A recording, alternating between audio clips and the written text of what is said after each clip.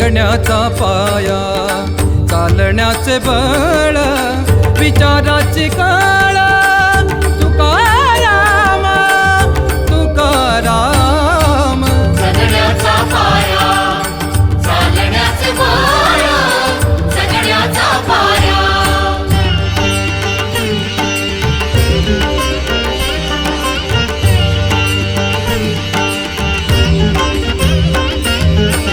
शब्दांचे इमान, अक्षरांचे रान, शब्दांचे इमान, अक्षरांचे रान, अभंगाचे पान.